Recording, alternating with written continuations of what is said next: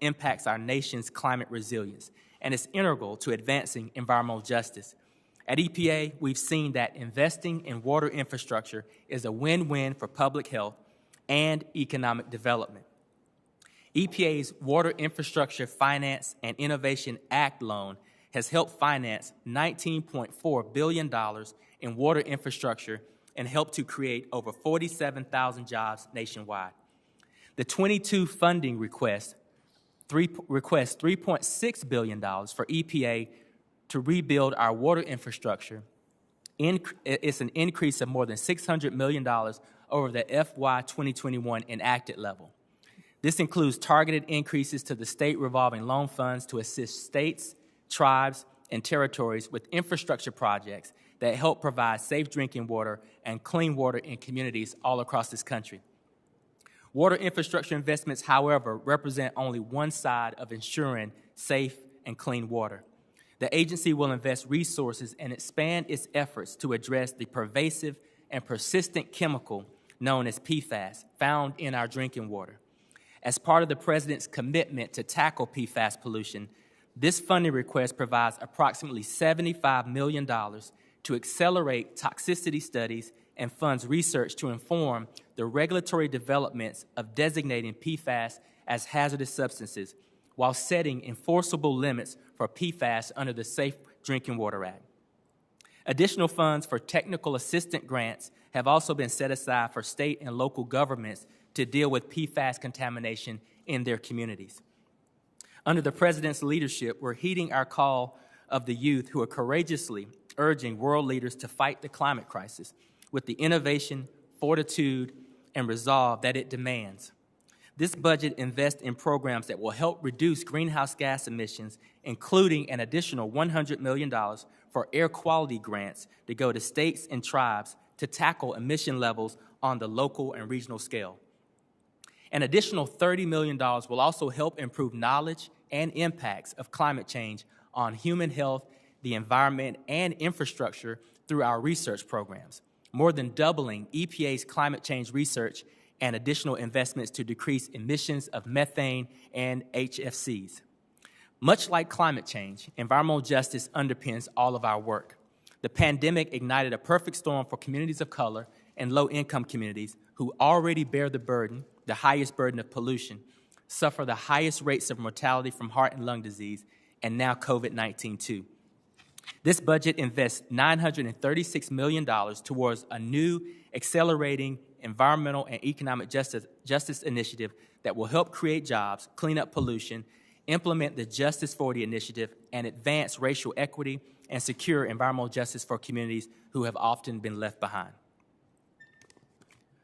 So with that, Chairman and members of the committee, the fiscal year 22 budget will help ensure EPA can meet the interconnected health and environmental crisis we face, lift up communities who have long been left behind, and put the nation on a prosperous path for economic recovery. This funding request lays down a marker that EPA is ready to meet the moment. Thank you for the opportunity to testify. I look forward to our continued partnership and welcome today's questions. Administrator Regan, thank you very much for those words and again for your presence today. Senator Capito, would you like to lead us off, please? Sure. Thank you. Thank you for your statement, and I'll get right to it. Last week, the administration pledged to reduce greenhouse gas emissions by 50 to 52% from 2005 levels by 2030 as part of an international climate summit organized by the President. According to a White House fact sheet, the National Climate Task Force developed those figures from, quote, a detailed bottom-up analysis, standards, incentives, programs, and support for innovation were all weighed in the analysis. I know that you are a member of that task force, so I'm interested to know more about what EPA's role was developing this, which EPA regulations do they rely on to get to this emissions pledge, and I also would like to know if it's public information we could see how these figures were arrived at. Well, thank you for the question, Senator. I believe and know that EPA is central to the NDC number that was developed and what we did as part of our contribution. I'd like to acknowledge that the NDC number is a government-wide approach. Right. Not purely from regulation, but looking at all of the agency's contributions through regulatory and non-regulatory. our role will be critical, and I think we projected what we can accomplish and do through our non-regulatory and regulatory programs. So when we look at what we're planning to do with tailpipe emission standards on our vehicles, when we look at what we plan to do on regulations that focus on emission reductions, and when we look at what we plan to do in concert with the Clean Power Plan, those are just a few of the regulatory actions that were considered in the NDC, along with voluntary programs that we have, our Energy Star program, looking at our partnerships with agriculture and all the work that they're doing on a non-regulatory level. So we attempted to quantify EPA's role in its contribution to meeting that NDC, and we believe that it's a good target. Are those figures, I mean, you've mentioned quite a few, are those available for public view to see what you estimated the emissions reduction targets would be under those programs? I think the information that we generated that focuses on conceptually where these regulations might land within a range, that information can be made available. Oh, thank you. I'd like to see that.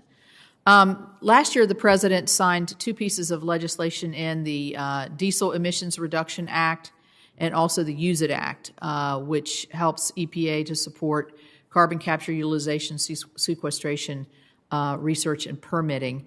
I'm wondering, and this was touted at the time, certainly the AIM Act, which is I think the Diesel Reduction Act. No, I'm sorry. The American Innovation and Manufacturing Act is another one of these. Your HFCs, yeah. Your HFCs, our HFCs, is perhaps the most significant climate legislation. Your budget and your testimony did not mention the Use It Act or the AIM Act. Is this still EPA top priority? And are you going to begin, the regulatory framework for this? This is obviously something we came together on. It's important to all of our members. Absolutely. It goes not unnoticed that the AIM Act is one of the most important pieces of legislation to combat climate change. I'm happy to report that we're excited about that bipartisan piece of legislation, and we're on track. We're on track for developing the regulations and the implementation associated with that. Well, knowing that regulations take a long time to roll out, I mean, are we talking years here or 6 months, or how do you quantify that? I'd have to take a look at exactly what the time frame is. I can tell you it's a priority. I just had a briefing and a discussion this week, and so we can get the specific timeline, but we recognize the urgency and the importance of the legislation, and we can provide you with those details. Okay, let's talk PFAS here for just a minute. You mentioned it, and certainly I mentioned it as well. And while EPA has made a lot of progress under the PFAS action plan, there's obviously a lot of work left to do. And as you and I have talked, we need to make sure we have the sound science here. You're requesting $75 million focused on PFAS studies and research. Could you give a few more details? And also, that drinking water standard is where I have a great deal of interest. I want to know where you all are on that and where you think you might be able to give us something more definitive in your action plan. Yes, I'll say that, and obviously for the $75 million, there'll be a lot more detail in the full budget to come. But we are moving full steam ahead. Setting that drinking water standard is very important to us, and we're moving ahead with that. I think that we had to make up for some lost time, ensure that we have the best science informing that drinking water standard and looking at our statutory authority. In addition to setting that drinking water standard, we're also looking at the science behind designating PFAS as a hazardous substance. We want to be able to look across multiple EPA programs. And so we're having a look at sort of PFAS and the applicability of CERCLA. We're looking at PFAS as it relates to a drinking water standard. And we're also looking at, I've actually set up a PFAS council within the agency to be sure that as we look at sort of our Superfund brownfields approach, CERCLA approach rather, and looking at our drinking water approach, that we're looking at PFAS in its totality. We recognize it's a pervasive chemical. It's impacting many communities. And so in addition to the regulations, we've also got some remediation and cleanup that we know needs to be done, and needs to be done fairly quickly. So we're taking a comprehensive look at it. Good, thank you. A quick question. You allude to a lot of research and additional research dollars. I'm curious to know, is those research availabilities, they're spread all over the country, I would imagine, to different higher education institutions. It's not done just within the EPA. Is that a correct assumption on my part? It is. Many of these chemical compounds, there is just not a lot known about the health impacts. And so when we think about setting regulations, we want to be sure that we set the regulations at the appropriate level. We don't want to miss that mark.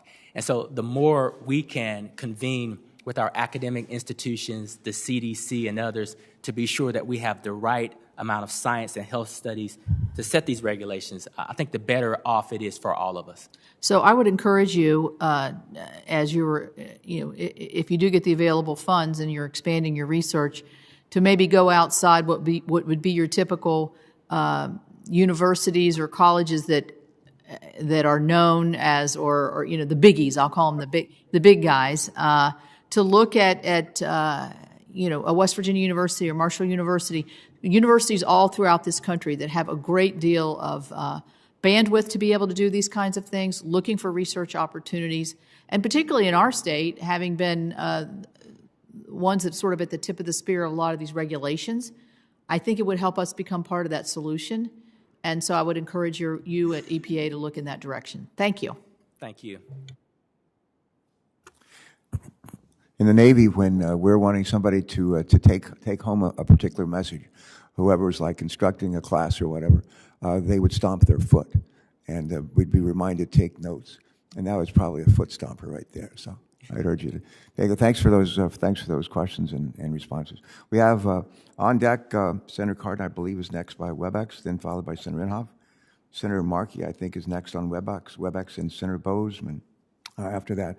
But Senator Cardin, you're up, and then Senator Inhofe on deck. Well, Mr. Chairman, thank you very much. Administrator Regan, thank you for your leadership at EPA. I want you to know many of us are very supportive of President Biden's commitment in regards to the climate summit and what America will do. We're going to be a global leader because we recognize this as a global problem, and we got to lead by example. So there's a strong support for the initiatives of the administration. I want to follow up on a conversation we had a little bit earlier today in regards to clean water and the availability of clean water, the environmental justice issues, and climate resiliency in water infrastructure. And we're going to give you some additional help today in a bipartisan bill that we expect to pass on the floor in regards to clean water, drinking water, and wastewater. But I want to deal with the issue that in dealing with resiliency, there's a cost issue to the local agencies. And the ability to deal with this by the ratepayers presents significant affordability challenges. So in the legislation we're considering on the floor, there's a pilot program that was offered by Senator Wicker and myself that will allow you to establish pilot programs to deal with the affordability issue. I know you have other tools available in your toolkit to deal with this. I just really want to hear how this budget that's being submitted will help us deal not only with clean water and safe drinking water and wastewater, but how it will deal with the affordability. What resources can be made available to deal with the community challenges on the affordability of water?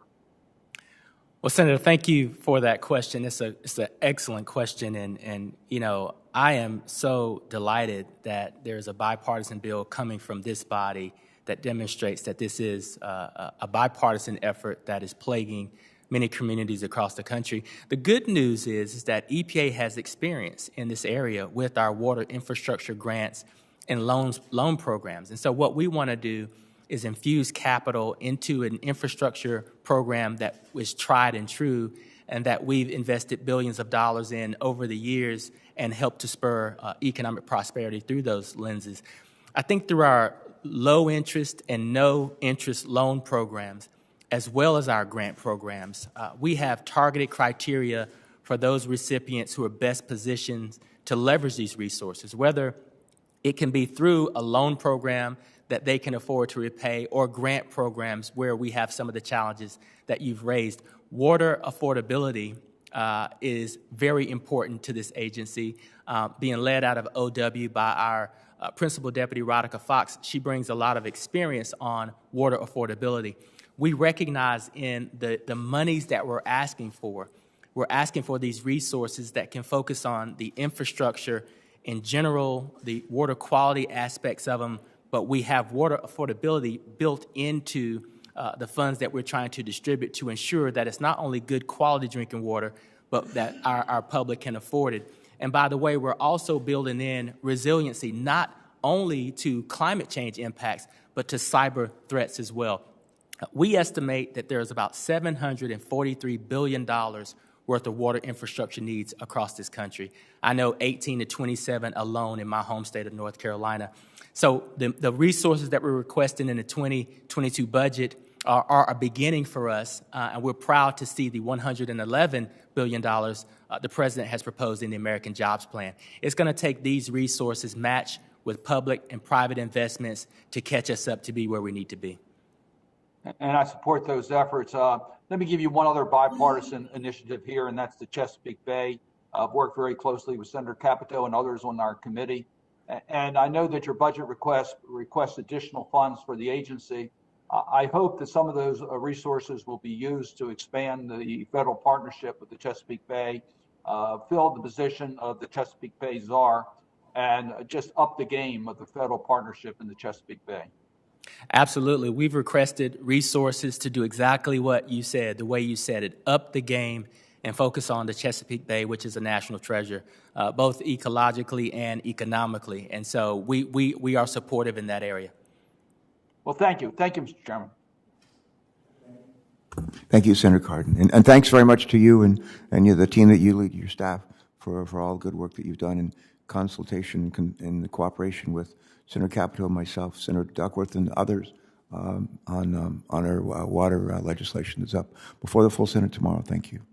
I think next is Senator Ian Hoffman. Senator, please proceed. Thank you. Thank you, Mr. Chairman. And Mr. Regan, confession is good for the soul. And I confess that I came from the House to the Senate in 1994. And during that time, I can't think of any person who has possessed a position like yours that I've been more fond of, but had to vote against than you. And the reason for that was I look at all these things that they're attempting to do in this administration, and the job killing. I have a hard time figuring out why we're doing what we're doing. Why would we be encumbered here in the United States with regulations that are going to put people out of business, cause industries to leave the United States, and yet the largest polluter is China? I mean, China right now is building coal-fired power plants at a rate outpacing the rest of the world combined. In 2020, China bought more than 3 times what was brought online elsewhere. And last year, China generated 53% of the world's coal-fired power plants. We generated 19%. Now, I guess I start off with how do you justify that? Well, I think, Senator, thank you for the question. And are you sure? Well, you know, I know it's on your mind and on the minds of others. And I think what we saw last week was the president rallying the world to begin to address this issue, and China was at the table. I think that with the American Jobs Plan and the direction we're headed, it's not solely an opportunity just to mitigate against climate impact. It's an awesome opportunity for us to lead in technological advancements and create jobs. We know that the markets are trending directionally in this way, and I believe that's why the U.S. Chamber of Commerce and and organizations like the Petroleum Institute are on board with looking at regulations that really pursue deep cuts in methane. The reality is that with CCS, with methane technologies and others, America is poised to cut deeply these greenhouse gases, but also deploy these technologies internationally.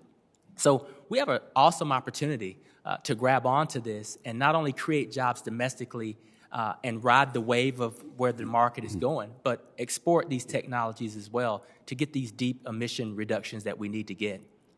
Now, under this agreement, and this is kind of reliving what happened in the past, China gets the free ride. China doesn't have to, they can continue for their growth in those generations of energy for 15 years. And then you have India. In India, I assume, I haven't heard anything recently since this has reemerged, but initially in the initial Paris Accord, India was demanding billions and billions of dollars. I was looking for that figure and I can't find it now. But anyway, and so yes, they join in. Well, why not? I can understand that. In the case of China, I would say the greatest threat that we have with China is that we have to comply. Have you done any kind of a study that what the EPA regulations will be needed in order to meet President Biden's new Paris climate commitment? He's made a commitment, what we're going to do in the United States. What's going to be the cost of that commitment? Well, I think the studies that we've done and what we're actually doing in terms of meeting that commitment is we're in constant communication and right now engaging with the automobile industry and the unions. We're engaging with many fossil fuel companies. I was on a call with EEI membership just 2 weeks ago, CEOs from the power plant sector, discussing exactly what we need to do to structure a process where we deploy the right technologies, keep these jobs in America, and get the jump on reducing greenhouse gases and methane. And so... but you know, Mr. Egan, since they have to meet these requirements, have we analyzed to see what the cost is going to be, and that would be incurred by industries here in the United States? Now, those industries, some of them may take the position that, well, we can go to China, we can make more money if we move our operation to China. And that's the concern that is out there. Let me ask in a different way. Last week, I introduced legislation that would ensure that China is held to the same emissions reductions commitment as the United States. Now, isn't that common sense? You know, Senator, I just see America as a leader, and the president's jobs plan isn't really following China. It's really looking at where the markets are driving and how we really harness the technological advancements that we're seeing. We're talking about CCS. We're talking about these deep methane cuts. We're looking at electric vehicles and talking with our automobile industry that believes they can get there in a time frame where we can have all of those jobs homegrown. I think this is a huge opportunity, and the president thinks this is a huge opportunity for a government-wide approach to look at how we leverage resources to build American jobs, leverage technology in the market, and by the way, get some really deep emission reductions from methane and CO2. Okay, have you done anything to determine what EPA regulations are going to be needed to meet the requirements? What we're doing now is we've provided sort of a range of how we think we play in that NDC number. And as we develop our regulations, we will do the cost-benefit analysis. We'll look at the cost of technologies. And to answer your question directly, as we look at these regulations, there will be a number of technologies, timelines, and paths that we'll be discussing with those who are regulated. And it will be that combination of things that will ultimately yield a regulation that determines that final number. So it's a work in process. Well, it's a work in process. but you don't know, and I don't think there's any way you could know at this point what it's going to cost to comply with those regulations. They're going to have to do things that is going to be more expensive to operate. I think we all understand that. My concern is that China will not have to do that. There are many industries here in the United States that would actually benefit from more regulations in the United States because all they have to do is move to China and there won't be any regulations there. Yeah, Senator Inhofe, I hate to do this, but you're about 3 minutes over. Yeah, I know. And, so I'm going to ask you to hold it there, and if you have some further questions, we may have some time at the end. If not, I know the administrator would be happy to. Yeah, the reason I went over a little bit, Mr. Chairman, is that I can't stay for longer. All right. And I wanted to be sure. Well, I want to make sure. That you had a chance to get the point across that some things could happen to actually benefit some of our industries, encouraging them to leave and go to China and actually perform better. But we're the big loser here in the United States. I've run companies. I did that for a living before I got here. Thank you very much. You're quite welcome. Thank you. Next, Senator Markey. Senator Markey on WebEx. Senator Markey, welcome. Let's see. Is this or go out? Senator Markey? Can you hear me? Can you hear me? I can barely hear you, Eddie. Go ahead. Just a little bit louder. You can't hear me. Oh, beautiful. Beautiful. Yeah. Thank you. Mr. Administrator, talk a little bit about methane, please, and what we can do in order to dramatically reduce the amount of methane which is coming out of the oil and gas sector, and again, just very clearly that it's 80 times more powerful as a pollutant than CO2 in terms of increasing the greenhouse effect, while simultaneously it's, especially in the oil and gas sector, the easiest thing to do in order to just eliminate that methane from going up into the atmosphere. So could you talk a little bit about that and what the plans at the EPA will be to deal with that issue? Well, thank you for that question, Senator. And yes, methane is a very potent greenhouse gas. And we've been laser focused on this topic from day one. As I mentioned in my previous answer, we've been having conversations about how we best regulate methane emissions. And the president has charged us to propose a rule on methane regulations this September. We know that there are a great deal of technologies and the application of those technologies that make sense from a cost competitive standpoint, as well as an opportunity to demonstrate in this country how we can reduce methane emissions while looking forward to exporting and leveraging those technologies in other countries. We're having conversations with the industry. We're having conversations with our internal technical experts, and we're being driven by the science. We believe that there's a good convergence of what the science calls for and what the market can tolerate. No, I agree with you 100%. I just think that this is something that's relatively easy for the industry to deal with, but again, it's going to require strong rules that are put on the books. And with regard to the tailpipe emissions standards, or another way of saying that, just increasing the amount of the efficiency of all the vehicles which we drive in our country. In Massachusetts, we work along with California in order to set the highest possible standards. So what's your goal on that as well?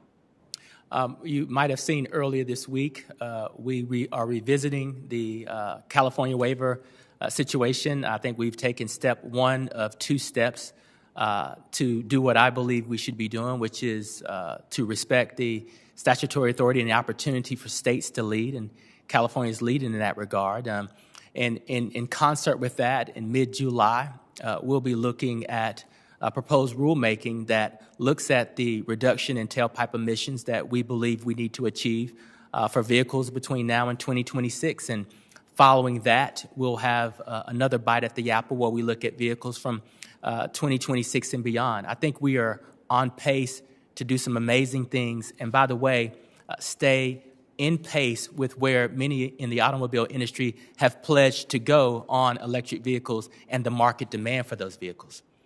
Exactly. When General Motors says they plan on not making any additional internal combustion engines after 2035, well, that just sets a standard that if we codify it, we put it in the books, we've got a real chance then to have the whole industry follow that leadership. And on the question of environmental justice, Congresswoman Cori Bush and I have introduced an environmental justice mapping and data collection act that we can make a law in the country that ensures that we actually identify all those communities in the United States that have been adversely affected by environmental injustice over the years. Could you elaborate again on what the Biden administration's plan is in terms of focusing on those communities? And how helpful would an environmental justice mapping bill be to help you to do that job? Well, thank you for that question, Senator, and I'd love to learn a little bit more about that legislation, but I believe that, it would be very complementary and actually help accentuate many of the things that we're attempting to do at EPA. We've got mapping tools and we've got data and information, but we need more, and we can always do more. And what we're seeing in this 2022 budget request and also in the American Jobs Plan, it acknowledges that there are significant resources required to pay attention to past transgressions in terms of those who have been disproportionately impacted by pollution. We need to infuse environmental justice and equity into our rulemaking, into our policies, into our grant making, and there's just so much work that needs to be done. So I actually look forward to learning more about the legislation and the complementary aspects of that. Beautiful. And would you consider elevating the Office of Environmental Justice to a standalone office to give it more authority, more autonomy in its decision making?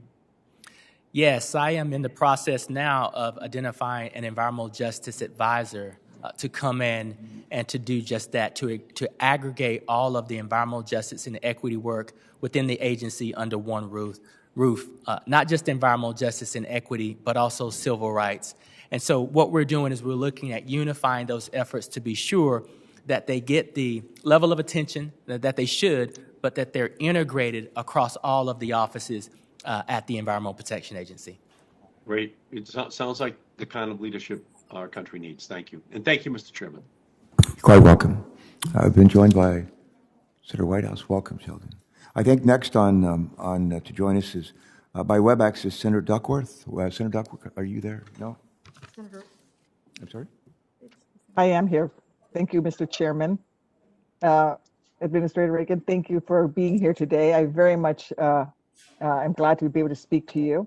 The EPA Office of Inspector General recently published a pair of reports that revealed the Trump administration's political appointees improperly interfered with the work of the dedicated civil servants in EPA Region 5 office located in Chicago. I originally requested these IG investigations after receiving troubling information, but even I was shocked by the scope of the abuse that investigators uncovered.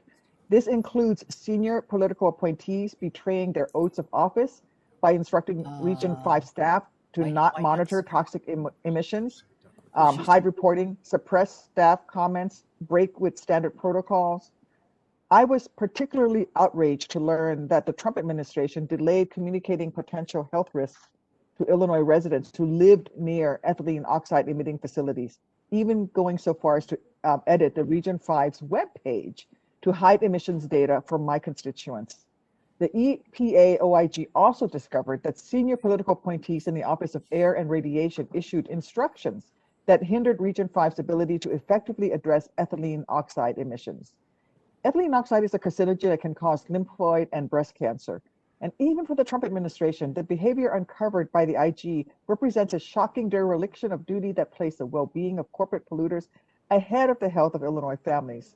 Fortunately, the Biden administration is following through on its commitment to support EPA's dedicated workforce and Administrator Regan. I'm confident that under your leadership, Region 5 will be empowered to carry out its mission with integrity and urgency. Will you commit to working with me to prioritize the appointment of an excellent permanent leader of EPA's Region 5 office and implementing the OIG recommendations to prevent the types of abuses that took place over the past 4 years from ever happening again? Well, thank you for that question, and it is so disturbing to see the level of political interference and the lack of scientific integrity that took place over the past couple of years. I can commit to you. As a matter of fact, I had a meeting just this week with the Inspector General to talk through this very issue, and they rightfully so are making sure and holding EPA's feet to the fire that we do things the right way moving forward. And so we're enjoying developing our relationship with the IG and trying to right these wrongs, and we're going to do our best to do it as expeditiously as possible. I will commit to working with you on leadership in Region 5, and I'll commit to you and work with you on not only this issue, but many of the environmental justice, clean air, clean water issues that you're doing such a great job in championing. Thank you. And now that I'm looking forward to that. And I do want to touch on the environmental justice issue. You know, as one of the co-founders of the Senate's first ever Environmental Justice Caucus, along with Senator Carper, and I'm committed to working with you to strengthen our tools to achieve restorative justice for long neglected communities. And Senator Booker is working with me on this as well. I think critical in this effort to enhance environmental justice is to make sure we enhance our environmental justice mapping capabilities so that EPA is able to integrate nationally consistent data and environmental and demographic indicators in maps and reports. Such a comprehensive database will inform and improve development decisions, grant awards, community awareness, all of that. Do you agree with me that our efforts to build back better would be dramatically enhanced with the help of an effective, accurate, and continuously updated federal environmental justice screening tool? And will you work with me to achieve this goal in the coming months? We absolutely believe that with more data, we can have better performance.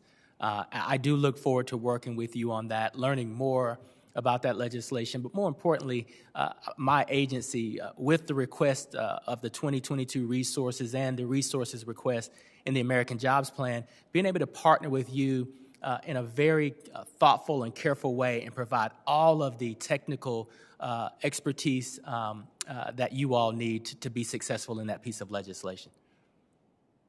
Thank you. And just to close, I only have a little bit of time left. Could you explain how passing the Drinking Water and Wastewater Infrastructure Act, along with implementing the American Jobs Plan, would put our nation on a critical path towards eliminating lead service lines and upgrading vital sewage systems across the nation? Absolutely. These are critical investments. EPA's estimate is this country has about $743 billion worth of wastewater and infrastructure needs as it relates to water quality. We know that lead is not only harmful to everyone, but significantly harmful to our children, reducing IQ, ability to pay attention, and other serious issues. You know, with the legislation that you all have championed in a bipartisan fashion or are championing, and with the 2022 budget request at EPA, in addition to the American Jobs Plan that is led by the President, we're beginning to take a look at how we really begin to spur job creation focused on infrastructure improvement to improve water quality for every single person in this country, while also protecting and mitigating from climate change impacts and cybersecurity threats. There are so many wins in this equation, I cannot see why we would not pursue it in the fashion that we are collectively. Thank you so much, Mr. Administrator. I yield back, Mr. Chairman. Thank you. There's nothing to yield back. Oh. All right. I went over time. I'm sorry. Senator Capito, that's okay. That's all right. That's okay. Senator Capito, what do you think we should let go next? Senator Whitehouse, since he's here in person, live and in person, what do you think? Why not? He's a little sketchy, but we'll go with it. All right, Sheldon, you're recognized. Please go ahead. Welcome, Administrator. It is wonderfully good to see you. The Trump administration over and over again failed to follow science and tried to replace people who understood science with people who were shills for polluting industries. You have announced that you're planning on investigating the scope of that problem within EPA, and you've already replaced some of the more egregious appointments whose original appointment was not consistent with the law. I congratulate you on that. What can you tell me about the status of the EPA internal investigation into meddling with the science on which your agency is supposed to depend? Well, thank you for that question. And we've a couple of things. I think we're taking a careful look at what the IG reports are revealing to us, which are alarming. I am, listening to the agency experts, and I know many have cast the SAB and the KSAC replacements as being political, but it's the exact opposite. What I did was sought the expertise of the career scientists and the career staff to better assess who should be in these seats advising the agency. And what we determined, as you stated, was the previous administration followed a process that was unlike any process of any previous administration, both Democrat and Republican. And what it did was it soiled the process in itself. So we hit the reset button. And what we are aiming to do is invite those who previously served and those new individuals that want to serve to reapply and provide the best scientific experience to us. While we're doing that, we're also following the advice of our science and doing a complete review of many of the regulations that were put forward in the previous administration and doing a full accounting. That was directed to us by the president, and that has been my goal, to take a look at all the regulations that lack the scientific integrity or the legal acumen, and where we see that lacking, we're going to revise those regulations. Do you think that this conduct under the Trump administration was a kind of mass coincidence of some kind? I think that the previous administration made poor decisions that lacked scientific integrity and Do you think there was a reason the level for of it? transparency. Do you think there was a reason for it? I don't pretend to know what the intentions were of those individuals, have not spoken with them. What we've chosen to do is focus on where things have been done incorrectly or lack that scientific integrity or legal integrity. We're righting those wrongs. If it turns out that a lot of these examples were driven by the same force, were interconnected in some way, would that be worth EPA knowing?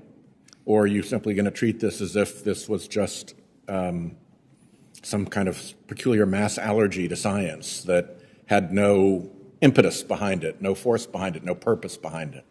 I think as our staff reviews, especially our general counsel reviews the actions that we're taking a look at what actually occurred, what the motivations were, and based on recommendations that I'll get from my general counsel, that we'll get from GAO, that we'll get from the Inspector General, we'll govern ourselves accordingly with the evidence as it's presented. Well, the great questions are always who, what, where, when, and why. I urge you not to overlook the why. At the same time, the White House has announced a task force on scientific integrity with a similar responsibility, but beyond the EPA, to reach across agencies of government and ferret out examples where the science was deliberately overlooked or ignored, or where special interests got access to the process so that they could put their honchos in instead of people who actually understood the science and were willing to act on it. How is that going? Do you have any visibility into that process? I assume you are contributing to it in some way as one of the agencies of government. What can you tell us about how well that's going? Well, I can say that we will be contributing to that process, and we are having these conversations. The EPA has never and will not act in isolation. Many of the decisions that we make not only impact our stakeholders, but impact our sister agencies as well. So to your point, the wisdom behind it is it's a government-wide approach. We're going to be a central player in that. We believe that what we're uncovering will inform that process, and what that process informs uncovers will inform ours as well. Well, I'll conclude by observing that if at the end of the day nobody understands the cause of all of this, you haven't done your jobs.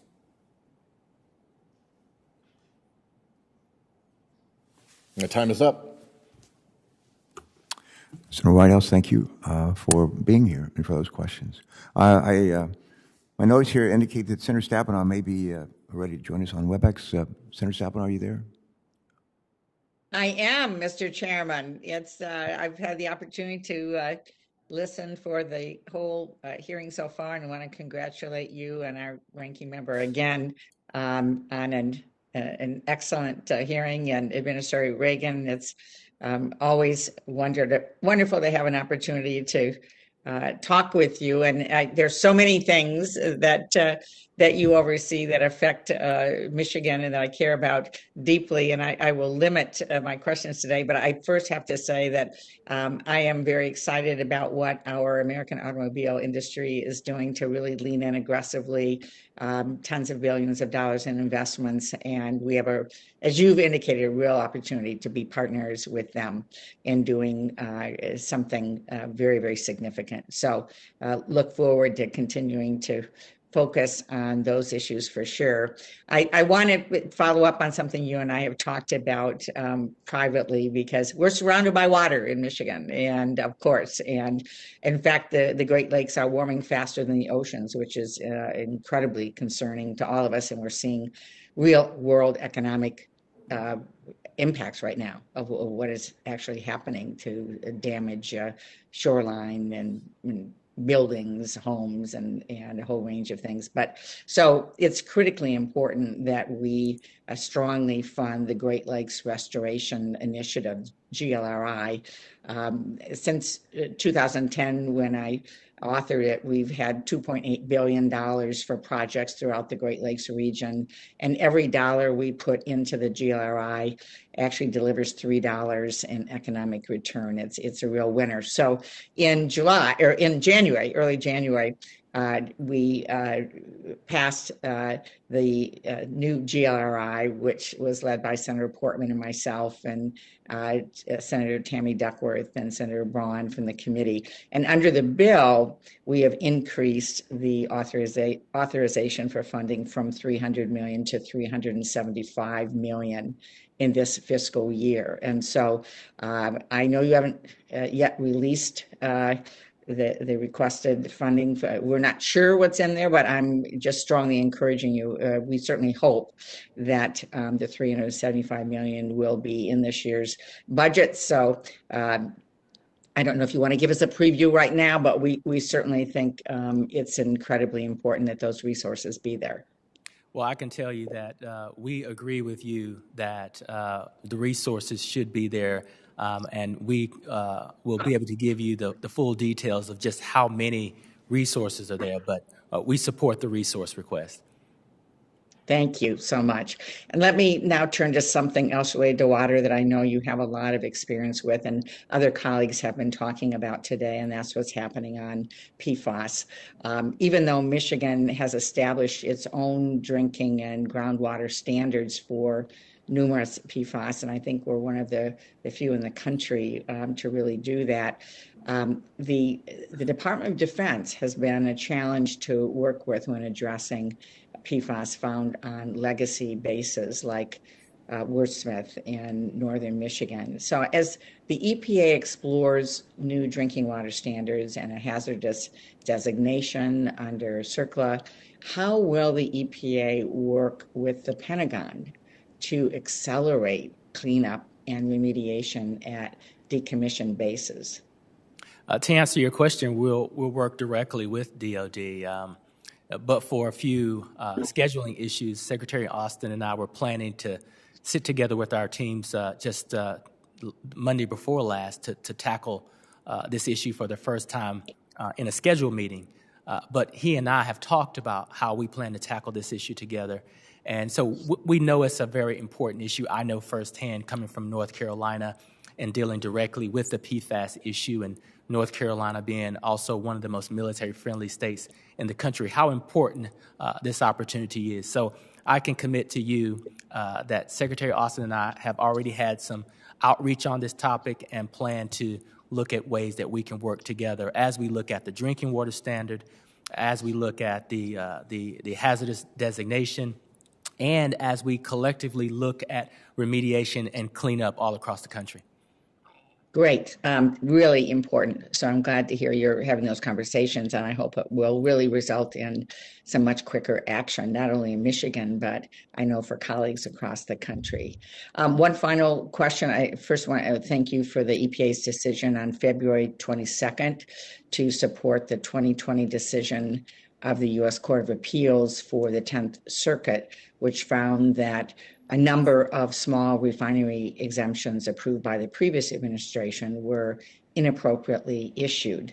Wondered if you could tell us what additional actions the EPA can take this year, and just as one example, how can EPA address the backlog of pathways that qualify various feedstocks for biofuel used to fuel vehicles and in the production of electricity for EVs? Well, the position that we've taken is we believe that the 10th Circuit's reading of the law is the correct reading. We know that this issue will be or is before the Supreme Court, and so the agency is awaiting the ultimate decision of the Supreme Court, and we'll govern ourselves accordingly and follow the law. As it relates to, volumes, we know that there's a backlog in establishing the volumes for the years 2019, 2020, and we've got to set volumes for 2021 and 2022, and we're working on that backlog. But there's a lot of time that we've got to make up, but we're focused on ensuring that the intent of the RFS is met and that EPA does its part. Thank you so much. Thank you, Mr. Chairman. Thank you, Senator Stabenow. Thanks for the great work you do on the Ag Committee, too, with the overlap on environmental issues. Thanks so much. Thank you. We're joined now by a senator from, I think I'm hearing some echo there. So somebody can mute, I'd appreciate it. Senator, we're joined by Senator Mark Kelly from Arizona. Senator Kelly, please, thanks for joining us, and you're recognized. Yeah, thank you, Mr. Chairman. Acoustics are not great in this room. It's an observation. I don't know. Maybe it's the sound system. Administrator Regan, thank you for being here today. I may have a PFAS question as well, but first I want to ask you about abandoned uranium mines. There are over 500 abandoned uranium mines on the Navajo Nation. And I was really pleased to see the outline of the EPA's fiscal year 22 budget proposal and how it includes more than $900 million for a new accelerating environmental and economic justice initiative. Will the EPA's existing work on abandoned mine cleanup be included as part of this initiative? I believe that we'll have some role in those activities, and where EPA's role is appropriate in partnership with our other sister agencies, we'll be there to focus on that issue. Yeah, these are uranium mines, as you know, are affecting the health of thousands of Navajo people.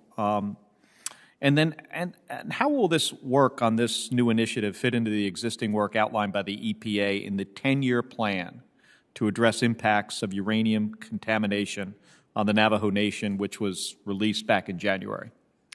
Part of our work is improving at the President's directive. He's indicated that all agencies need to improve the consultative process with our tribal leadership. And so what we're doing is we're engaging there to look at these contamination issues, especially the pervasive issues that impact water quality, not only from a public health standpoint, but from a cultural impact as well. Mm-hmm. And so as we look at deploying these resources around environmental justice, environmental equity, and sort of these reclamation issues, we're very sensitive to engaging these stakeholders as we look at the best way to move forward. Well, thank you. I look forward to seeing progress on the uranium mine cleanup issue on the Navajo Nation. On another topic, in 2015, the Obama-era EPA issued national minimum criteria for existing and new coal combustion residual landfills. So these regulations, which were finalized in November of 2020, included a pilot program which allowed facilities to conduct alternate liner demonstrations. And 2 Arizona facilities, the Coronado Generating Station and the Apache Station, they each applied for the program in November of 2020, but to date, the EPA has not provided an update on these applications. So they applied for this program to conduct these demonstrations with this alternate liner in their landfills. And this delay is jeopardizing the success of these pilot projects and placing significant costs on these facilities in the state of Arizona. So given that there's no active litigation related to this rule, what is the EPA's timeline for reviewing the CCR Part B applications? I just recently had a briefing on this a couple of weeks ago, and I think that as we're taking a look at the past actions of the previous administration, there is an analysis being done to ensure that as we made decisions, especially as we look at lining and technological opportunities to prevent water quality impacts, that the best science was used to protect public health. I know that my team is actively reviewing these applications. In terms of exactly where we are in that review process, I can have staff get back to you on that, just so that you all have some certainty and know what to expect. Would really appreciate that. And you know, I know Senator Stabenow asked about PFAS, and we don't have much time. We have an issue, as you probably know, at Luke Air Force Base recently, which is right outside of Phoenix. They had to issue some warnings to households and businesses near the base about elevated PFAS contamination in the drinking water. And this is in addition to existing PFAS contamination around other bases, Davis-Monthan in particular, which is in Tucson. And these contaminations are especially concerning to me because it's Arizona, and we don't have a lot of water like other states do, and aquifers are an important source of our drinking water. And as drought conditions worsen, that becomes more critical. So, and just tell me if you already answered this for Senator Stabenow, but I understand you announced the creation of an EPA Council on PFAS yesterday. Now, how will the work of this council help EPA provide a national drinking water standard or promulgate circular regulations? I think it's complementary to that. I know for sure that when we look at the increase in the 2022 budget, when we look at the President's American Jobs Plan, there are significant resources there to take a look at PFAS. And so as we continue the work that we're doing to set the drinking water standard and look at the proper designation, what I've decided to do is instruct this council to look across EPA more broadly so that we can go beyond just the drinking water standard and looking at the designation and think about comprehensively across all of our programs, what can we do to bring the full force of EPA to begin to remedy these issues that we're seeing all across the country. And in addition to setting these standards and designations, as you know and as you rightfully pointed out, there are a lot of remediations that need to occur. We need to have resources at the federal level to begin to jumpstart some of that cleanup now.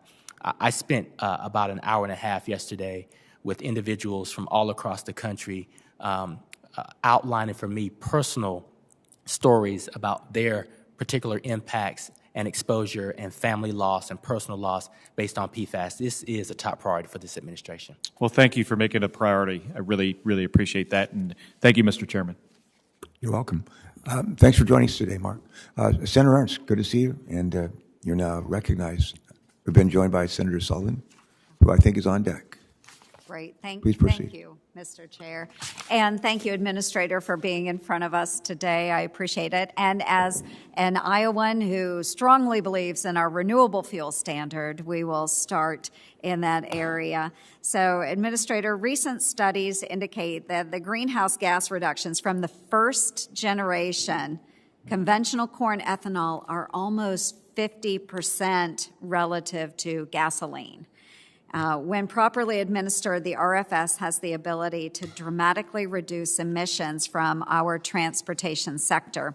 But I am growing increasingly concerned that every time an administration official talks about biofuels, they only do it in the context of the new fuels and the new markets, such as aviation and marine fuels. So can you please set the record straight on where the administration is with their commitment to ethanol and biodiesel usage in the transportation fleet of today and of the future?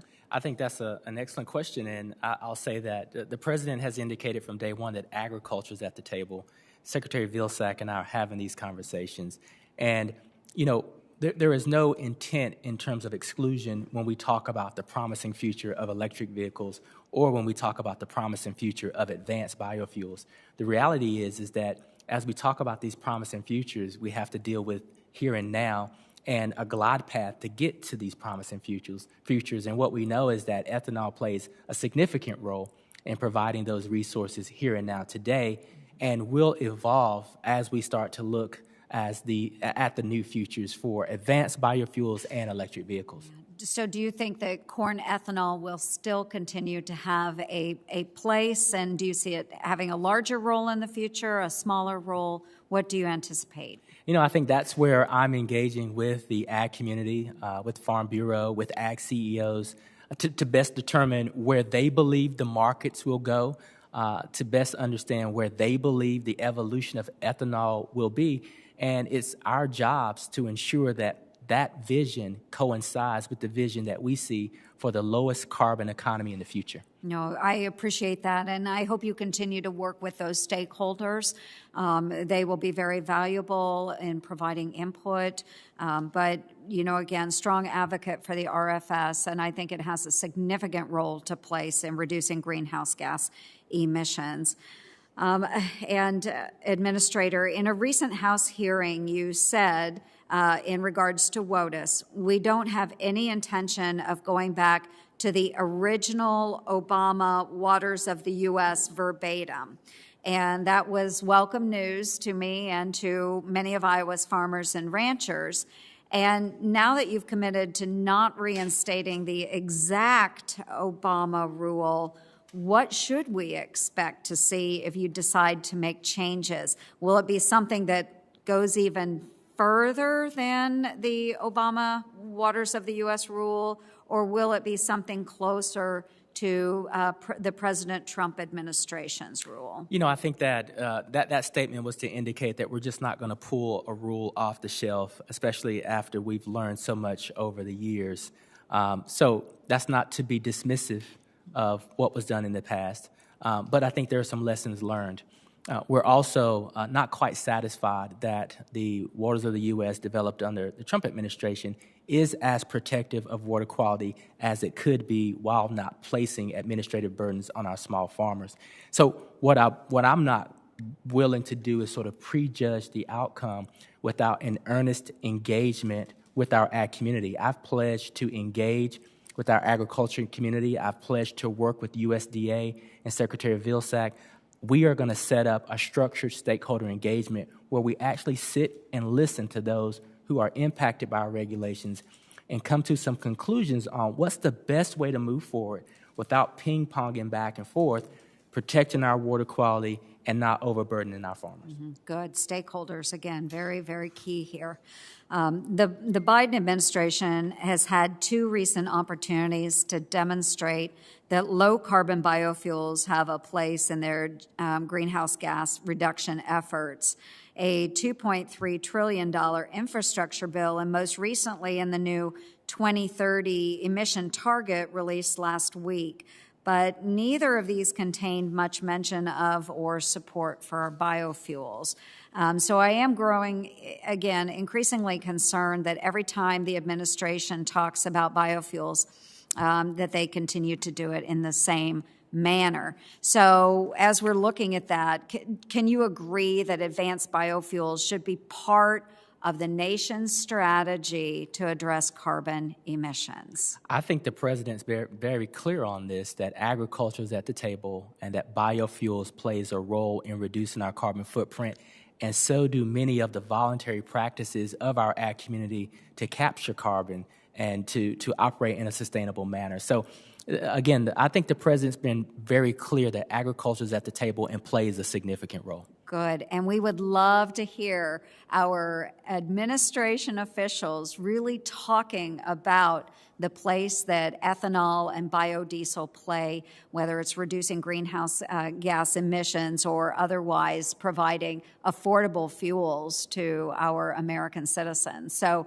we really want to hear more about that to understand the commitment behind the RFS from this current administration. Thank you, Administrator. Really appreciate your time. Thank you. Senator, thanks so much for joining us and raising those important issues. Senator Sullivan's joining us. Senator Sullivan, welcome aboard. Thank you, Mr. Chairman and Administrator. Welcome.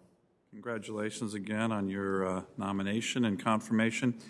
I want to talk a little bit about this issue that's been highlighted a lot by the Biden administration on racial equity as it relates to environmental issues, job opportunities, and I want to talk about the very large population of Alaska Natives in my state, who I think often get left out of this conversation on racial equity. Two areas, water and sewer, and broader economic opportunities. So as you and I discussed, there's over 30 communities in Alaska, and it shocks most Americans that don't have water and sewer, don't have flush toilets, don't have running water.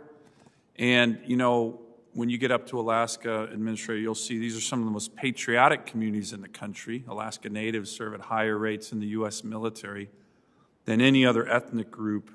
Can you commit, again, to work with me?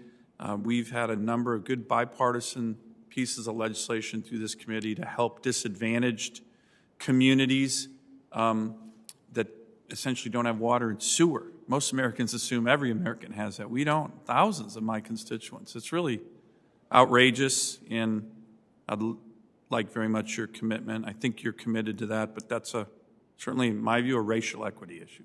I'll tell you, we are committed to it. I recognize that in Alaska, there's about $1.2 billion to $1.5 billion worth of wastewater and water infrastructure needs.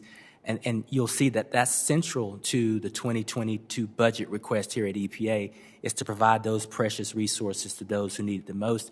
But you'll also see that request in the American Jobs Plan with that $111 billion request. Your state and so many states, we estimate $743 billion worth of water infrastructure needs. To your point more specifically, not only are we looking at those infrastructure investments, but we're looking at water affordability as well, and water quality. So you have my commitment there. Thank I want you. to work with you. Let me go to another issue, and this is kind of broader economic opportunity, and this is where I hope I can get your commitment. I'm dubious, though. There's been 9 executive orders issued by President Biden targeting Alaska. 9. I don't think there's any other state in the country, certainly not Delaware. As I've said in Senate floor speeches, if there were 9 executive orders targeting the economy and jobs of Delaware, the chairman, everybody else would be on the floor pounding their fists. But my state seems to get a lot of love from this administration. We don't like the love, right? Because it's job killing. It's going after oil and gas jobs. Let me show you a chart here very quickly. I think I've showed this to you before, Administrator. This is from the American Medical Association, if you can see this. This was a study from 1980 to 2014. What places in America did life expectancy go up or down? In my state, it went up the most. The purple, the blue, that's up to 13 years. In 25 years, people lived longer. No policy indicator of success more important than the people you represent live longer. Thank you. Here's my concern. They lived longer in my state because they had jobs, because they had resource development, because they're developing oil and gas. Do you think we still need oil and gas in America today? Well, there's no doubt that natural gas plays a critical role. And oil?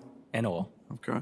How about, and I appreciated your comments during your confirmation process, you didn't want to put anyone out of work.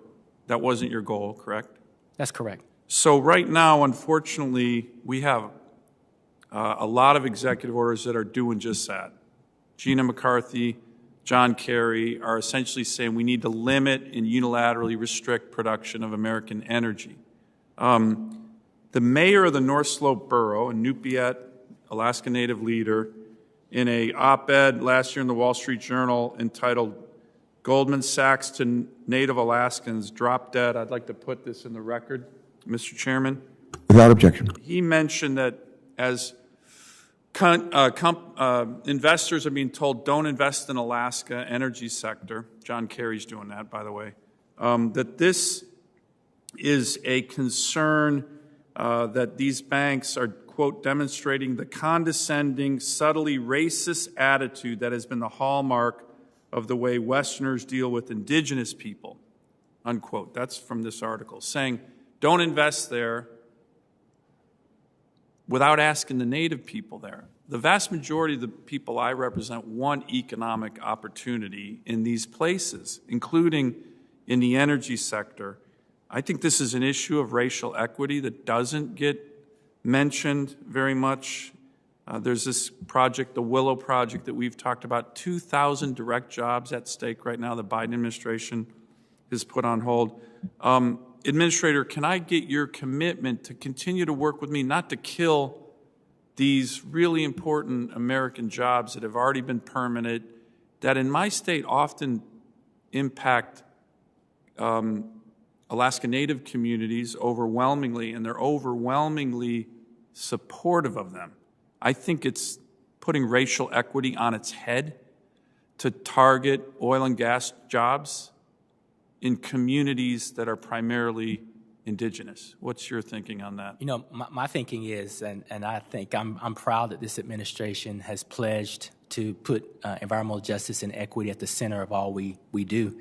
Is it racial equity, environmental justice to put Alaska Natives out of work just because they work in the energy sector? Well, what I can say there is I know that the president has put a pause on these types of activities, and this actually falls in Interior's bailiwick, Secretary Hollins. So my pledge to you is to partner with you to be sure that everything that we do is racially sensitive, equitable, and culturally sensitive. And that's part of EPA's DNA. And I can tell you that EPA's attitude as it relates to oil and gas is focused on deploying regulations that accentuate the technologies available to reduce methane. It's not to target individual projects. It's not to kill projects. It's focused on the opportunity that we see with the application of technology that we can use domestically and export internationally. So you have my word that we can work together to focus on that application of technology, do it in a cultural and racially and economically sensitive way, because that's what EPA's aim is for. Thank you. Thank you, Mr. Chairman. Quite welcome. Thank you for joining us today and for those questions, Senator. We may be joined remotely by some others or in person by some others members, but I think I've yielded to others so I could go last, and so I'm prepared to go last now. And so, how are you holding up down there? It's a friendly crowd. I'm doing well. You feel like this is a home game or an away game? Back home. Oh, good. I wanted to just go back if I could. As we discussed a little bit earlier, the president announced, I think it was last week, that our country would take actions by the end of this decade that would reduce our nation's greenhouse gas emissions. I think it was like 52% below what they were in 2005. This announcement helps, we hope, to put our country on a path toward net zero emissions by 2050, as you know, a goal I've supported for some time. As you mentioned, the Environmental Protection Agency is going to play a pivotal role in helping us to meet these ambitious but achievable goals. Your agency has regulatory authority under Clean Air Act and the AIM Act, which has been mentioned here, that deals with hydrofluoric HFCs, hydrofluoric carbon, and the phase down of those over the next 15 years. You have research programs and you have grant-making authority through DERA and other authorities. My question is, how important is it, in your judgment, that we meet the President's climate goals? It's absolutely important that we meet the President's climate goals.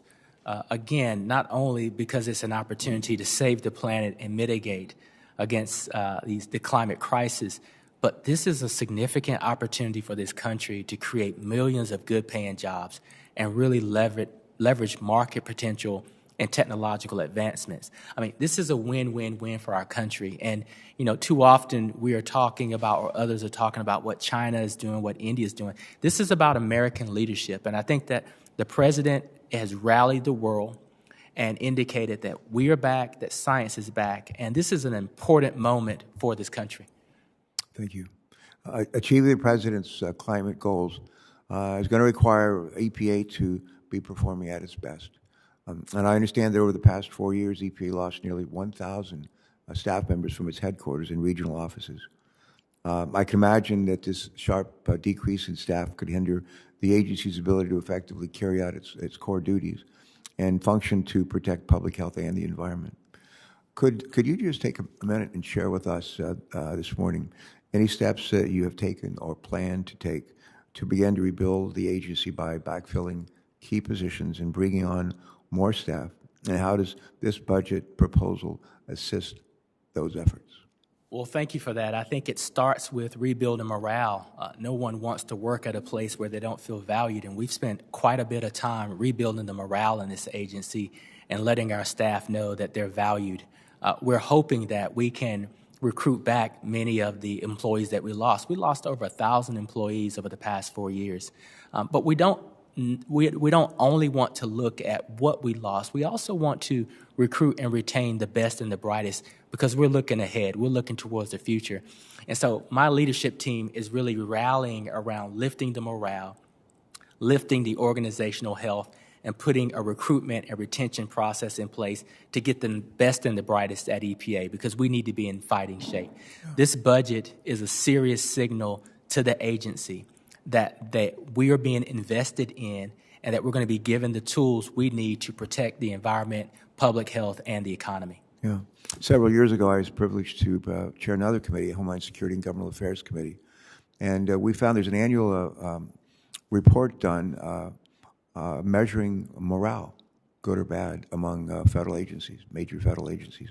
And the year after year, we found that the agency with the lowest morale was Homeland Security. And Jay Johnson, you may recall, was the secretary. Ali Mayorkas was the deputy. And they concluded one of the causes for the low morale was the lack of Senate-confirmed leadership within the agency. It was like, I would describe it as executive branch Swiss cheese.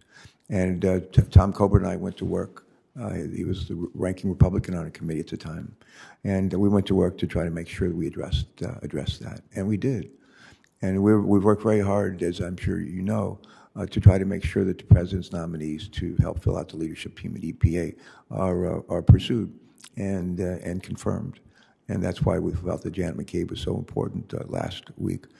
But I just wanted to mention that in terms of morale. And we hope that the leadership team, an excellent leadership team that's been confirmed, will help raise that morale and do it sooner rather than later. Earlier this month, you announced a series of actions you plan to take to advance environmental justice, one of which was at a roundtable that I had the opportunity to join. You've also directed EPA staff to incorporate environmental justice considerations into their work across the agency.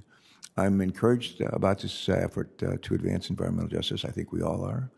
And my question would be, could you share with us any other actions you have taken or plan to take in order to address the historic failure to meet the needs of disadvantaged communities, and how does this budget proposal assist those efforts? This budget proposal is critical.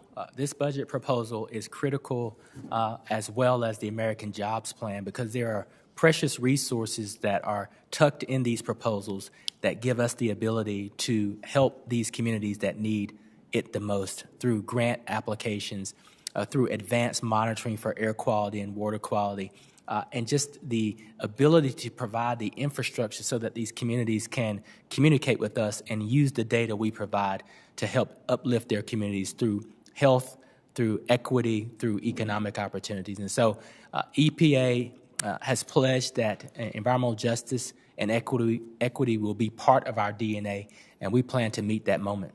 All right, thank you. All right, I understand that Senator Padilla is on WebEx. Senator Padilla, are you there?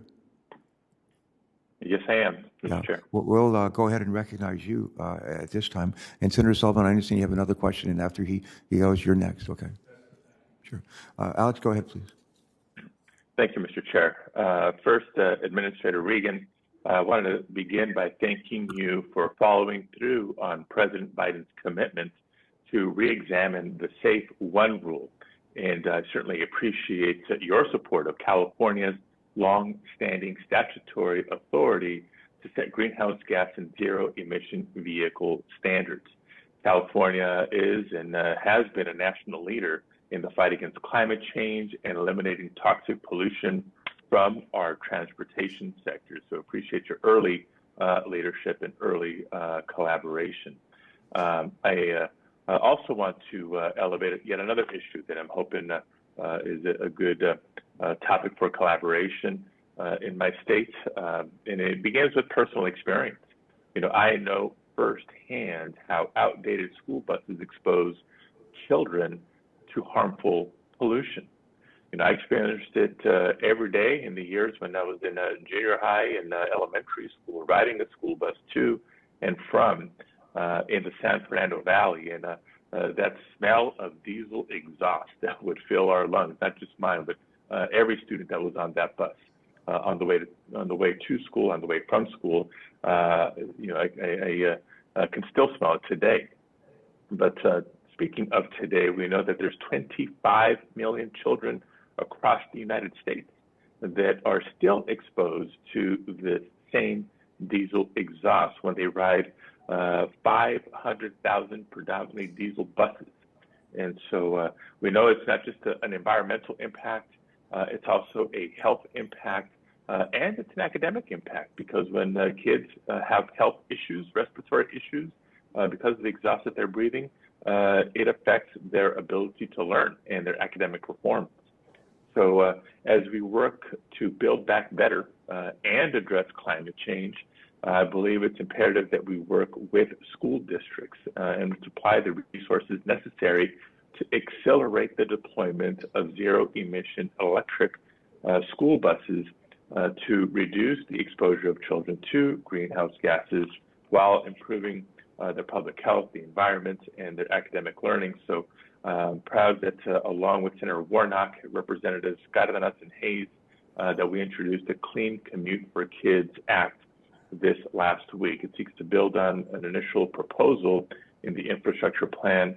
It goes just a little bit bigger, goes just a little bit longer to accelerate this transition. So long way of asking Administrator Regan why you believe this plan to work with districts to accelerate the transition to zero-emission electric vehicles is good and leads us to a more equitable, sustainable transportation infrastructure. Well, thank you for that, and thank you for your leadership. And I agree with you that you know, electric school buses are critical for not only the health and well-being of our children, the precious cargo as they go to and from school, but to the point you just made, it really has an impact not only on them physically, but mentally and emotionally as well, if they cannot breathe while they're sitting in class attempting to learn. Another benefit of electric school buses, though, and I've had this conversation with rural electric cooperatives, is once that precious cargo is dropped off and those school buses are parked, their batteries become available to plug into the grid and begin to provide a level of reliability and certainty to that grid that they don't have to rely on dirtier fuels, fossil fuels, and the like. So there's a win-win there. There's a transportation piece to that. There's a public health and education piece to that. But then you dovetail back into infrastructure. And electric vehicles in general can help shore up our grid and grid reliability and capabilities. And I think electric vehicles are just so important for greenhouse gas emissions on the road, as well as those that are generated through electricity production. So, thank you very much. I just have limited time left. I want to tee up at least one other issue that we've discussed in the committee prior, and that has to do with not just the need to invest in water infrastructure, but water affordability. We know that in California alone, 1 in 8 households in my home state are a little bit behind, or more than a little bit behind, on their water bill to the tune of $1 billion. And it's a much bigger number across the country, as you can imagine. So as we work towards investing in our infrastructure, can you just speak to the wisdom of a national water affordability program? People struggling to just keep up with water rates, let alone face higher bills to help fund some of the infrastructure investment that's needed. It's critical that we focus on water affordability, and we're doing that through our 2022 budget request. We're also doing that throughout the president's request of $111 billion in the American Job Plan. Water affordability is critical, and the good news is EPA has experience here. We've got existing water financing programs that we've been operating for a number of years, where we've invested billions of dollars and created, hundreds of thousands of jobs. I believe that as we take a closer look at the resources that we're asking through the American Jobs Plan and our budget, that we'll be able to do a better job of dovetailing water affordability into our traditional grant and loan programs. And to the point you just made, there are so many water systems across this country that cannot afford a zero-interest loan because they're just in that bad a shape. And that's where the grant programs come in to help them begin to tread water a little bit better. Thank you very much. Look forward to our continuing work together. Thank you, Mr. Chair. Senator Padilla, while you're still with us, before I recognize Senator Sullivan again, I'll just mention a couple of things. Thank you, Mr. Chairman. I just have one comment, and then Senator Sullivan, just wait one minute. I just want to mention a point that he's raised, and then you're recognized. Okay, just give me a minute. oh, sorry. Yeah, the Senator Padilla, you're probably familiar with something called the Diesel Emission Reduction Act. It's legislation that Senator George Winovich and I introduced, 10, 15 years ago, and it's continued to enjoy bipartisan support. Senator Ian Hoffman is my wingman on that now, and we continue to push for increased funding for the Diesel Emission Reduction Act, which should help address the issue that you raised here. And I would just ask you to feel free to join us as a partner in that. The other thing I would say, we're really encouraged by the advances that are being made for automotives of all kinds, including F-150 trucks and all kinds of cars, trucks, and vans using electric vehicles, and they're becoming more affordable and actually much greater ranges. Sometimes overlooked are hydrogen fuel cells, and to use the use of hydrogen and fuel cells to create electricity powered vehicles. The only waste product is water, H2O. And what I'm told by people a lot smarter than me, that is going forward in the future, we're going to continue to use more and more. So you see more and more electric powered cars, trucks, and vans on the road. But as time goes by, hydrogen and fuel cells with larger vehicles, trucks, mid-size and large trucks, will be more common.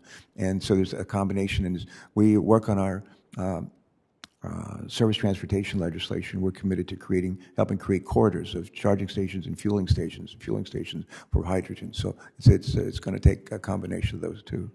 Thanks so much, Senator Padilla. Senator Sullivan had one last question. We've been joined by a comment and a gentleman question. Thank you, Mr. Chairman. Just a word of caution, Administrator. You don't get the good-paying jobs in the future, which is what the Biden administration is talking about, millions, by killing good-paying jobs in the present.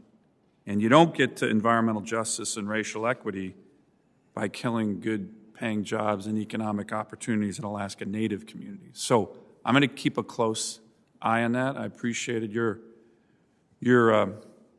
responses to my questions today, and I appreciated you being here. And here's my final question. It's an important one.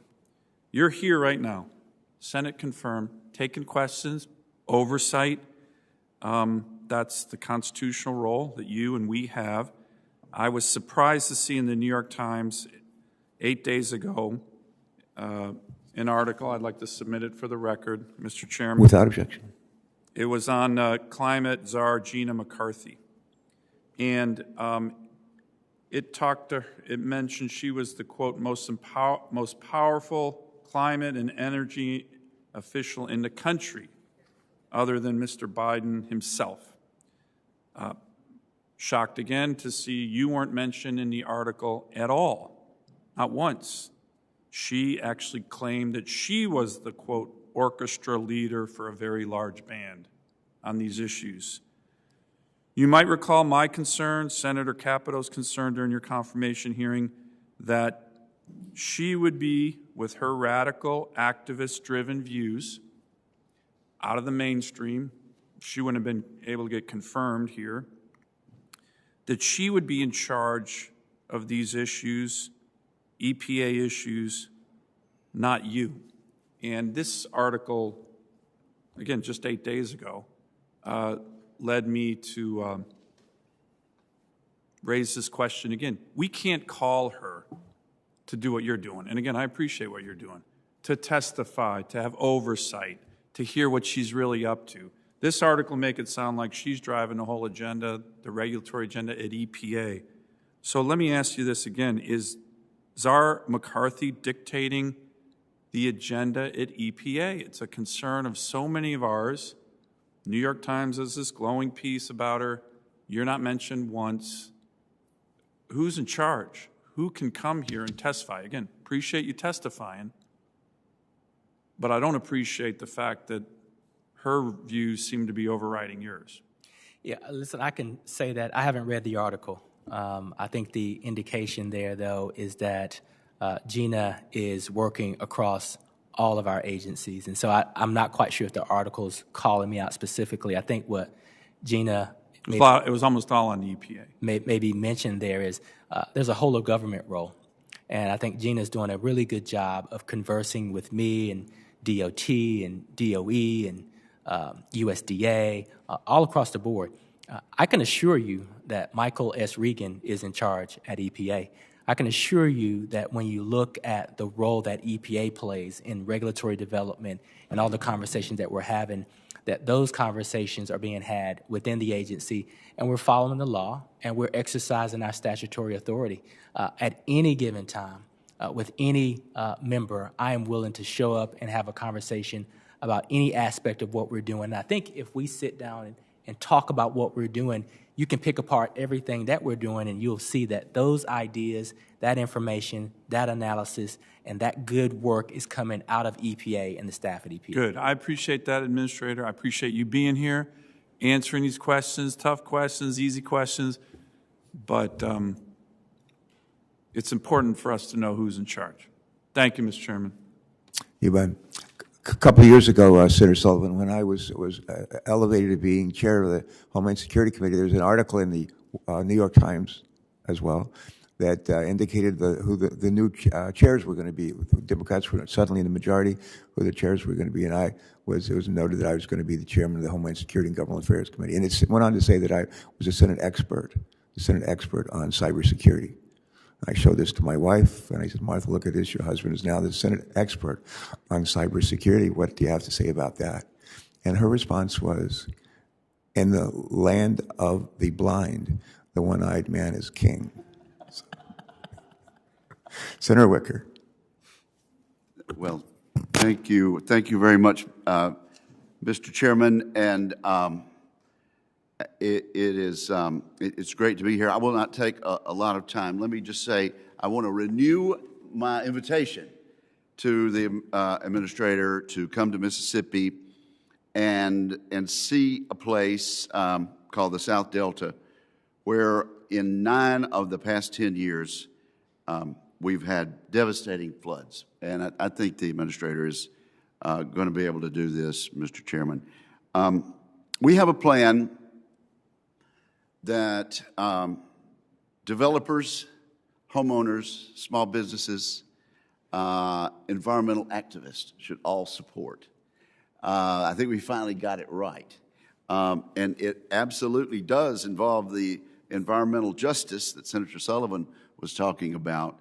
But these floods for the last 9 out of 10 years have devastated wildlife and destroyed many people's livelihoods. And I think we've got a plan now that enhances and protects wildlife, will save animals and fish and birds, and give certainty to people in this area that actually need help. And it's frankly, it's some of the most disadvantaged people anywhere in the country that are devastated by this flooding that we have not been able to come to a consensus about. So I just want to renew my invitation to Mr. Regan and to say I appreciate the opportunity to work with you in the future. Absolutely. And I yield back my time, Mr. Chairman, and thanks for extending this hearing Just for you. so that I could get back from my emergency visit to the dentist. Yeah, while you're here, I mentioned this earlier, but we appreciate the leadership that you and Senator Ben Cardin have provided on some aspects of our water infrastructure legislation, which will be debated and hopefully adopted tomorrow on the floor. But we're grateful for your contributions on that to you and your staff, so thank you. Thank you, Mr. Chairman. You bet. I'm going to ask a couple more questions, and I'll ask again, Administrator Regan, you okay? Yes, doing well. I said, check with his staff, make sure he's able to handle another question or two, and they said, go for it. So, as a follow-up to, I think it was Senator Kelly's question, with respect to low-income and communities of color bearing a disproportionate amount of the impact from polluted Superfund sites. According to a 2020 report, 70% of the country's most environmentally contaminated sites are located within 1 mile of federal assisted housing. I'll say that again. According to a 2020 report, this is amazing. 70% of the country's most environmentally contaminated sites are located within 1 mile of federally assisted housing. Could you talk for a minute or two about any plans you may have to address that longstanding problem? Absolutely. Thank you for that question. And, this is why the 2022 budget request and the American Jobs Plan is so important. When we look at the resources in both of these places, they increase EPA's ability to expedite the cleaning up of brownfield sites and Superfund sites, which, to the point you just made, are located in these communities that already bear a disproportionate burden. I'm happy to say that I've had a couple of conversations with Secretary Marcia Fudge and HUD to think about how we can tag team this effort as well. Good. Keep talking, because that's an amazing number. Isn't that an amazing number? Have you heard that before? 70% within a mile of federally assisted housing. That's unbelievable. All right. Next question. With respect to renewable fuel standards, discussed a bit earlier with Senator Ernst and others, but recently I wrote a letter along with my Delaware colleague, Senator Chris Coons and Congresswoman Lisa Blunt Rochester, to you in regards to renewable fuel standards. In the letter, we mentioned the need for EPA to take action to address the volatility in the RFS compliance markets, and this includes providing some compliance flexibilities that reflect the COVID challenges, doing more to address market manipulation, and finally acting on the applications for new advanced biofuel pathways and fuels. My question is this: do we have your commitment that you and EPA, your EPA team, will make it a priority to work to stabilize the RFS market and that the program works as intended? Also, will you commit today to meet with myself and others in our delegation to further discuss this issue? Absolutely, can commit to both of those. All right, great. We have in our state an oil refinery. When I first came to Delaware right out of the Navy at the end of the Vietnam War and enrolled in the University of Delaware, get an MBA, one of my requirements in a course I took my first semester in graduate school was a course looking at a Delaware business that was under investigation, always under fire by federal government or the state government for their alleged abuses or irregularities. I didn't know anything about Delaware. I'd been there like 2 weeks. I was in this course, and I started reading the paper, one major daily paper, and I started reading the paper to find out what business or company was like maybe a good subject for me to cover in my report. And I just kept reading stories day after day after day about the Getty refinery, which is one of the worst polluting refineries on the East Coast. Terrible place for all kinds of air emissions, water emissions. And that was my introduction to that refinery. Today, the refinery's still alive and hanging in there. It's much better environmental steward, much better, incredibly better. And part of that happened when I was governor, and this man right over here, Christophe Toulouse, was our Secretary of Natural Resources and Environmental Control, your counterpart from Delaware. And so we're proud of the progress that's been made.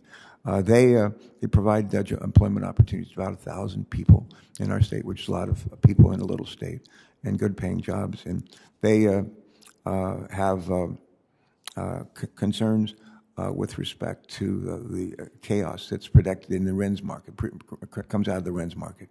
And this is something that's real. It's a matter of concern to us. And at the same time, we think it's important that we create renewable fuels and that they're environmentally friendly and help us to fly airplanes and send ships out to sea and so forth. So I appreciate your assurance, and we look forward to following up with you on this front.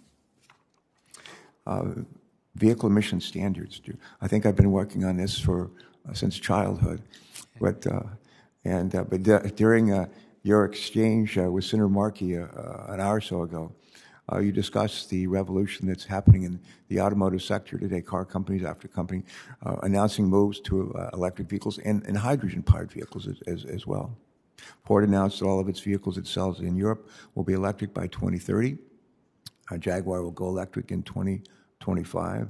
Volvo has announced that it will sell only electric cars by 2030. Volkswagen has announced it plans to increase its sales of electric vehicles such that 50% of the vehicles it sells in the U.S. and China will be electric by 2030. Honda has announced plans for 40% of its sales to be zero-emission vehicles by 2030, 80% by 2035, and 100% by 2040. General Motors has announced it intends to produce only electric vehicles by 2035. GM is also in a partnership, I believe, with Honda on fuel cells, and which is something that is quite promising. And there are a number of companies, including Toyota, very much into fuel cells with hydrogen. And I think there's at least one South Korean company, but there's a bunch of, and as I said earlier, the focus there is mid-sized trucks, large trucks, and they put out a lot of carbon, a lot of global, greenhouse gases. So that's all encouraging and important. However, having said that, EPA hasn't typically factored in availability, in the availability of electric vehicles in establishing emission standards. And this is this big issue, and I think it's too big to ignore. But just your thoughts, if you will EPA consider the increasing availability of electric cars when setting vehicle emission standards? And I'll just say this again. Will EPA consider the increasing availability of electric cars when setting vehicle emission standards? And Mr. Administrator, would you look further for further correspondence from me on this issue? Because a couple of colleagues and I will be sending it to us. But my question is, will you consider the increasing availability of electric cars when setting vehicle emission standards? We do. We take those market considerations under consideration, market dynamics under considerations, the availability of the technology that needs to be deployed, and the ability for the auto manufacturers to produce the vehicles and keep those jobs here in America. All right. My staff and I are working on a letter with a couple of our colleagues to follow up on this, and we just ask you to be on the lookout for it. And I think that that might be it. When Senator Stabenow was joined us by WebEx an hour or so ago, she chairs the Ag Committee, and she's a new member of this committee, and a very valued colleague and friend. We have, believe it or not, in Little Delaware, we raise, I'm told, maybe at one time more soybean than any county in Sussex County, Delaware, maybe than any county in America. Little Delaware, we raise a ton of corn, and for every person that lives in Delaware, we have about 400 chickens. And so most people don't think of Delaware as an agricultural state, but we are. And one of the concerns we have, especially in southern Delaware, where we have some of the best beaches in the country, Rehoboth Beach and Bethany and Dewey and so forth, But we are always concerned about development, overdevelopment of the areas closer to our beaches and shores. One of the ways to combat that is to make sure that farmers are able to make a good income, and to keep the value of the farms and farming so attractive that why they wouldn't want to sell their farms. Excuse me, just for a second, please. I'm always looking for ways to do good things for our planet, for our environment, for our air, and create jobs and economic opportunity. Would you just think out loud for a minute about how we can take, well, maybe in carbon sequestration, how can we take that technology and the ability to infuse that into the soil, to enrich the soil, to make it more productive, and to create an economic model that rewards farmers for continuing to farm, and to being even better environmental stewards than they already are. Is this something that you all have thought about in North Carolina or even at EPA since you've gotten there? Absolutely. I think that this is what you just described is an excellent opportunity, and why the president has insisted that agriculture stay at the table. While we look at the opportunities to sequester carbon, we don't have to look at that through solely a regulatory means. It's an opportunity that USDA and farmers are proactively looking at that we need to quantify and consider as part of the equation. I think it's an excellent opportunity for all the reasons you just laid out. It keeps the farms in the family. It's a good revenue source, and it also helps with combating the climate crisis. Yeah, thank you. I mentioned earlier, and I'm not sure it was here or somewhere else. My wife and I come home from church, and we. Would you just give me? When we come home from church on Sundays, we come home and we fix breakfast in our kitchen, and we turn on the television. We watch CNN. We watch a fellow named Fareed Zakaria, and he holds forth for about an hour, and it's really interesting stuff. This last Sunday, the last 4 minutes of his show, he spent talking about how to, in times when the sun's not shining and the wind's not blowing, how do we make sure that we have the ability to produce electricity? And he focused on next generation nuclear power, and it was enlightening and encouraging. I'm a retired Navy captain, spent a lot of years of my life not on ships or submarines, but I've been on a bunch of them. And all the 70-some years that we've been using nuclear power for ships, submarines, and aircraft carriers, not one sailor's ever died from exposure to radiation. And we have some interesting things, very interesting things that are going on in new technology with respect to advanced nuclear. This is something members of this committee have been interested in. We've passed legislation in this regard. And you don't have to respond to it unless you want to, but this is something that we think is another arrow in our quiver, and we'd be foolish to ignore it. Any thoughts you have, I'd appreciate it. I agree with that statement, and I can tell you Secretary Granholm speaks very eloquently about where that technology is and how it is applicable, especially when we look at grid reliability and reducing the carbon footprint. So I think it's an excellent opportunity to advance the cause to fight climate change mitigation.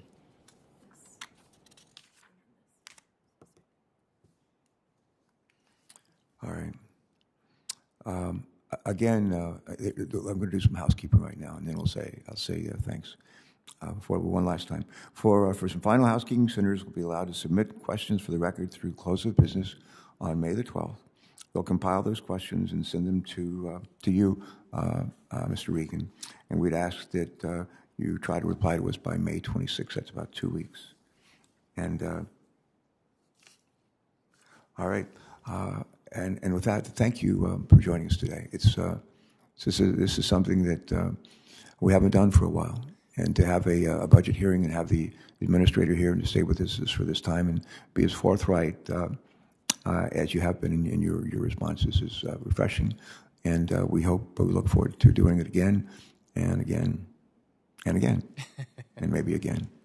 Thank you so much. Our best to your family, especially that young son of yours, Matthew, 8 years old. We'll always remember how he was. You did a great job at your confirmation hearing, but he sat right behind you for 3 hours, and he won the prize. Give him our best. All right. With that, I think this committee hearing is adjourned. Thanks.